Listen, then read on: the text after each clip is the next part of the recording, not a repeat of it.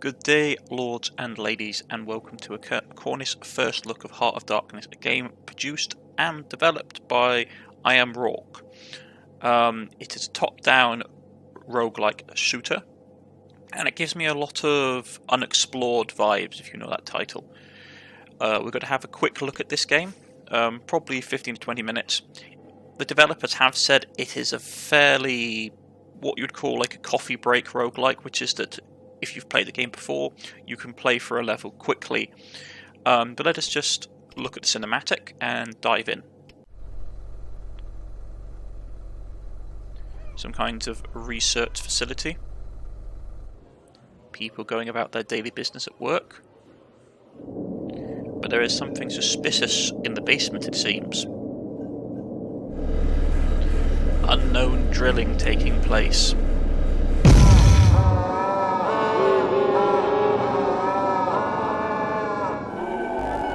People fleeing to the surface, but you are left behind, trapped in the dark. The Heartless dark. And there is a glow of the elevator, and you must descend into the darkness. So that's the basic theme of the game, which is that you are trying to get from the surface to the basement, to the thing in the basement, and seal the rift where the enemies are coming out of. Now we have developers here, the story illustrators and the team that went into it. We have the settings.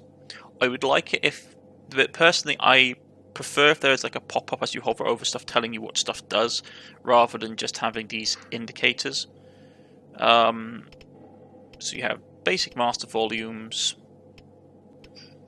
and basic camera stuff. All standard, nothing particularly involved. As I said, this is it's made by this game is made by a small development studio. So if you're looking for something as complex as, say, Unexplored was in the top-down roguelike genre, this isn't it, and they don't claim to be it. They said that they say on the front of their Steam page as such. You have a couple of other things you can unlock: sales, accounting, which unlock with you getting certain achievements, and we can get into the game. Now we have, you can see, different starting classes. Start with certain equipment, and then we can have randomized. For the sake of simplicity, we are going to do the learning thing, the tutorial basically. It doesn't take very long to do. Right, so we can press F to get our characters light on and off. You don't see a lot beyond this cone of vision. You can move around like this or like that. But let's push on. As you can see, you have this cone of vision where your targeting reticule goes, the torch basically follows. You move with A, W, S, D keys, or you can use a controller. R is reload. And they're all kinds of horrible, and you basically, it's either left mouse or right trigger on a controller to suit. And once you get... Come on. Let's reload. Aiming is this is the only thing I will say, which is that aiming is a bit hard to do.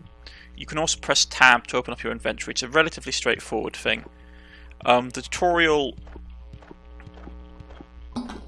is just a basic intro to what you can do. For example, we get to here and we can press G to throw a grenade.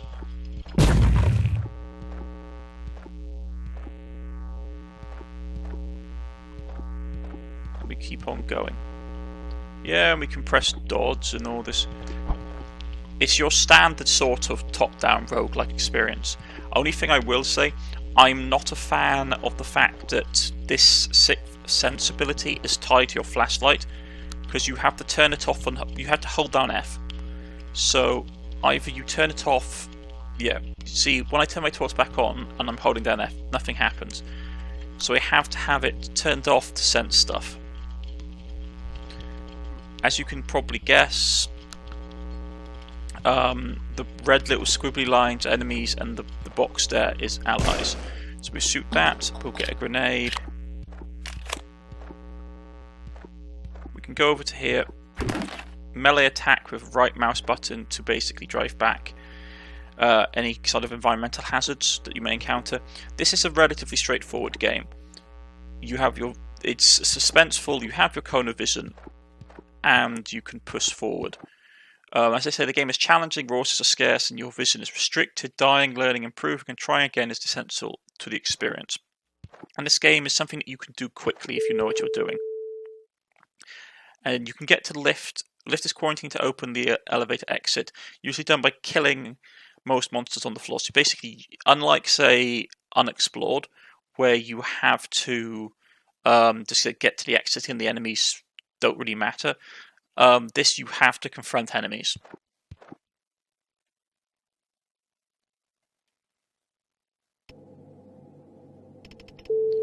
That's the tutorial. So let's start a basic playthrough. Standard setup as an intern. As you can see, Constitution is your resistance to acid and poison. We're at the office. You have basically a number of floors to get to the pit, which is the end of the game. As the developers said, this is a relatively straightforward experience.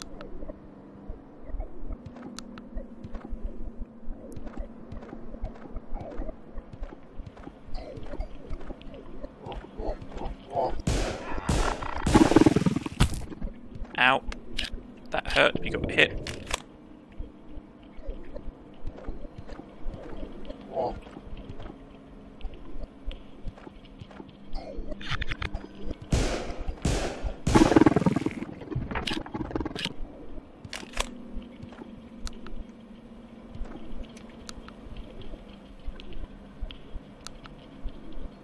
Can't sense anything, so let's push forward.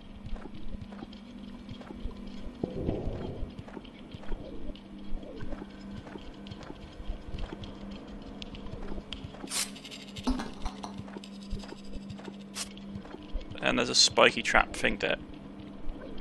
Okay.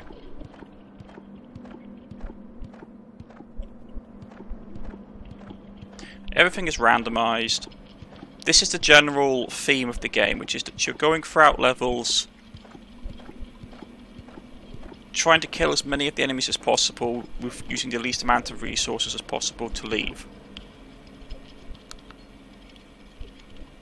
Yep, so it's telling us there's one thing up here in this corner.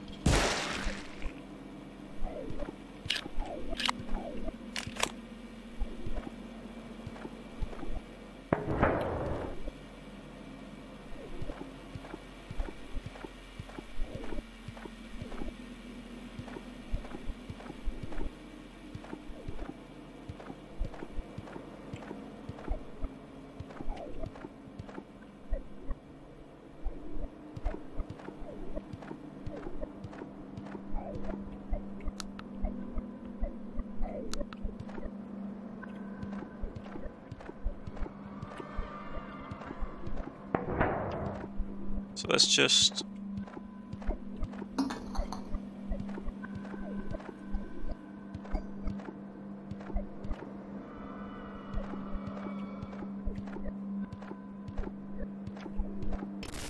We can have accuracy while walking, chance to automatically fire up 3 bullet on hit. Perception is always nice, so let's try perception to see what that does. Probably boosts our range. There's no way to tell what your stats are, which is unfortunate. That's not creepy in the slightest.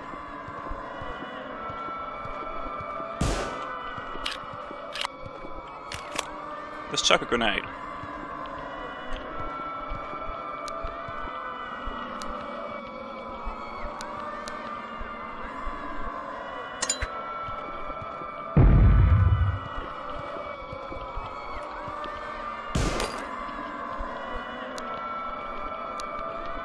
It's a possessed chair.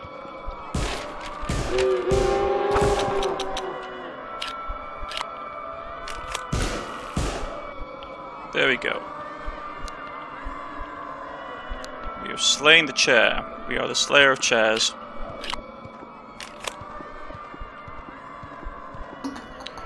Only thing I would say I'd like to see your character a bit more.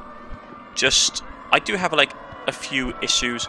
The lack of, I know it's like supposed to be suspenseful, but the lack of being able to actually see your characters can be a bit disorientating, I find.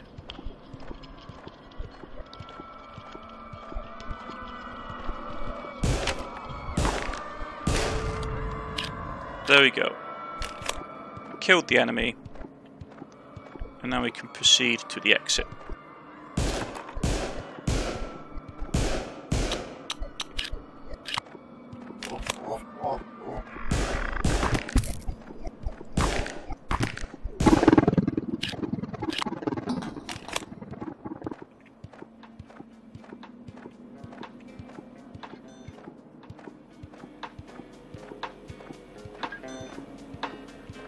And as you can see, and we get, as always in roguelikes, you get basically an upgrade when you leave the others. We can have blast, electrocute nearby objects. Actually, we're walking, and we can do a full resupply. Let's just do full resupply. And as you can see, we go for a level and we go to the next one.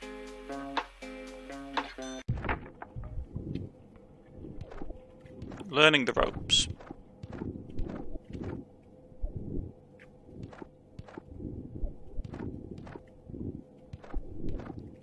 Now, I like the use of light in this game. I like the atmosphere it builds.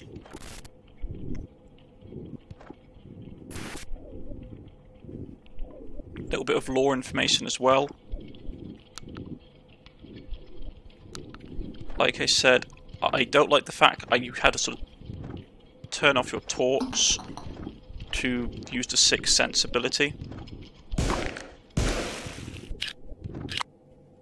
But besides that, it's a solid enough game. Like, I find no qualms, no major issues with this game.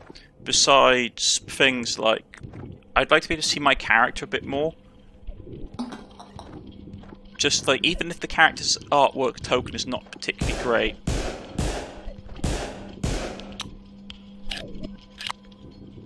What? Sorry. So that scared me a bit.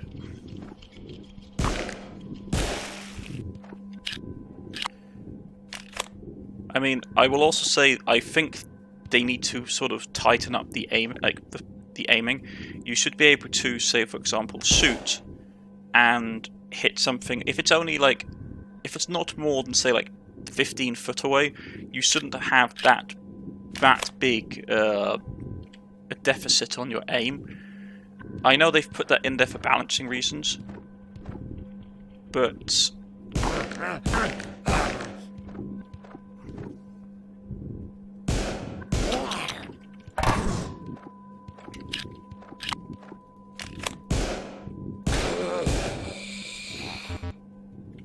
okay, got 2 bullets left. But yeah, as you can see, there's things like if you blow stuff up the room, it fills with smoke, makes it harder to see, that kind of stuff. And this is the general theme of the game. As they said, it can be done very quickly. And overall, I think it's a nice little title. What I will do is I am going to, rather than be distracted by all this, I will go back to the menu. And I'll give my general breakdown on the title. Also, it comes in several languages, which is nice. Personally, Heart of Darkness as the Heartless Darkness, as I Am Rock has basically said on the Steam page for this, it's a coffee break roguelike. What you see is what you get. It's a very straightforward, rather what you see, what you get kind of title. Top-down roguelike shooter, similar in a way to the Unexplored unexplored games. Well, unexplored game, I should say. Not as much depth. I like their use of atmosphere. I like their use of light. I would say I'd like to see a bit more of my character. Because in the part of me feels like, oh, you can't see a lot of your character because it's a way they don't have to put as much effort into making the graphics. If you just have an outline of a character hidden by the dark, it saves on time and energy, and I understand that from a development point. Me as the player, I'd like to basically maybe your character like is illuminated, maybe he's got a light on his vest, or he's got a high vis vest or something that basically makes him stand out more. Because the issue I have is that because you can't really see your avatar very well, as we want to call the character you play, in the dark, unless you have the torch right up close to you, sometimes it's really easy to lose your placement. So I'll be moving around where my crosshairs are, completely forgetting where my character is because the character sort of gets lost. That's my only sort of real gripe. Besides that, it's a fairly good title. As I said, it's a coffee break one, so it's quick to do. Made by by such a small development team as I Am Rock. As you can see down here, like I Am Rock, like it literally is just one person has developed it. So one person doing this and has made a fairly good little short roguelike. I take my hats off to them. I would love to see it given more polish. I'd love to see it have more stuff added to it, like more weapons, maybe different character options. Like we saw the 4 that were given that we had to were free, having to be unlocked. But I'd like maybe customization. Maybe there'd be a way to see your stats. Because, like, for example, I picked up perception. Like, it didn't tell me what perception did. Maybe it increased the range of my vision. Maybe it did something else. So, like, having tooltips and stuff that broke down what the stats did outside of the loading screen might be nice. But overall, yeah, like I have no issue with the game. It's a solid little game, and for those of you who are interested to pick it up, you can find the link to it in the description below. I've been Cornish-knight, this has been Heartless Dark, and I shall see you all again for the next Cornish First Look. Goodbye, everybody.